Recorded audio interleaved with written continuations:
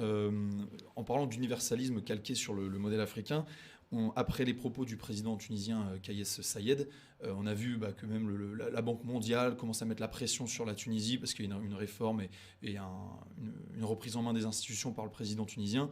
Est-ce que là, on a face à ce même élan universaliste et un peu colonial de vouloir imposer au président Saïed une vision de la migration, des migrants? C'est une vision totalement coloniale. Et c'est cette vision que refusent les Russes, par exemple, et que refusent les Chinois.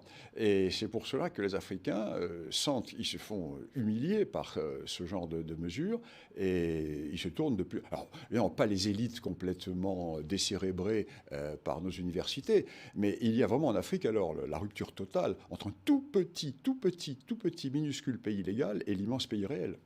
Et alors, certains pays africains, surtout en pays francophones. Hein.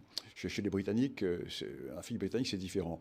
Mais chez nous, pardon, dans le monde francophone et dans l'ancienne colonie française, il y a encore ces élites qui ont été formées à notre idéologie dans nos universités et qui sont complètement en rupture avec leur monde. Et quand elles parlent de la démocratie, mais les populations s'en moquent totalement. C'est pas ce qu'elles demandent des populations. On a reproduit cette espèce de clivage entre pays réel et pays légal Ah, en Afrique. complètement. Là, le pays réel et le pays légal. Alors, le pays légal, complètement irrigué par les principes de la Banque mondiale, du tribunal pénal international, etc. Et le pays réel qui vit sur un tout autre monde et qui demande autre chose. Les Africains ne demandent pas une démocratie parlementaire individualiste. Les Africains demandent de pouvoir vivre selon leurs principes, selon leurs coutumes et selon leur civilisation.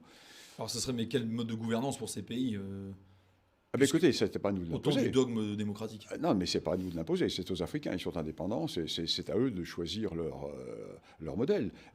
Il faut cesser de considérer les Africains comme des populations dans l'enfance et auxquelles on applique un schéma universaliste qui fonctionne à peine dans nos sociétés de l'extrême Occident européen et américain. Ça fonctionne de plus en plus mal. On voit avec le chaos et on voit avec ce qui se passe dans tous les pays d'Europe. Et vouloir imposer un système qui ne marche déjà pas totalement chez nous et qui est complètement inadapté